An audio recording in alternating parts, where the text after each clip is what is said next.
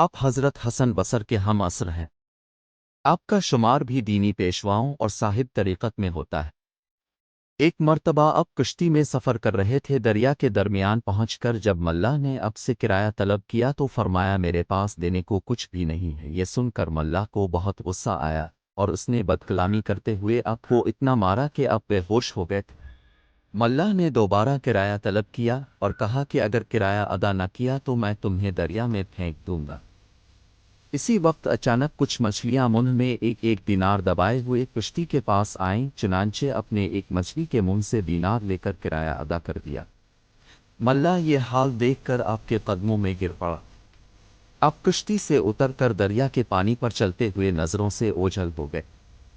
اسی وجہ سے لفظ دینار آپ کے نام کا حصہ بن گیا۔ ایک مرتبہ کسی ملحد سے آپ کا مناظرہ ہو گیا۔ دونوں ہی اپنے آپ کو حق پر کہتے رہے۔ چنانچہ لوگوں نے فیصلہ کیا کہ دونوں کے ہاتھ آگ میں ڈالے جا، جس کا ہاتھ محفوظ رہے گا وہی حق پر ہوگا۔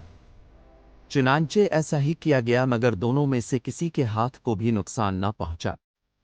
اپنے خدا تعالیٰ سے عرض کی کہ 70 سال میں نے عبادت میں گزار دیے، مگر تو نے مجھے ایک ملحد کے برابر کر دیا۔ ندا آئی کہ اے مالک، تمہارے ہاتھ کی برکت سے ہی ملحد کا ہاتھ آگ سے محفوظ رہا، اگر وہ تنہا آگ میں ہاتھ ڈالتا تو یقینی طور پر جل جاتا۔ ایک مرتبہ ایک یہودی نے آپ کے مکان کے قریب ایک مکان کرایہ پر لیا اور دشمنی نے ایسا پرنالہ بنوایا جس کے ذریعہ گندگی آپ کے گھر ڈالتا رہتا اور آپ کی نماز کی جگہ ناپاک ہو جاتی۔ بہت عرصہ یہودی یہی عمل کرتا رہا، مگر آپ نے کبھی اس سے شکایت نہیں کی۔ ایک دن یہودی نے خود ہی عرض کیا کہ میرے نالے کی وجہ سے آپ کو کوئی تکلیف تو نہیں؟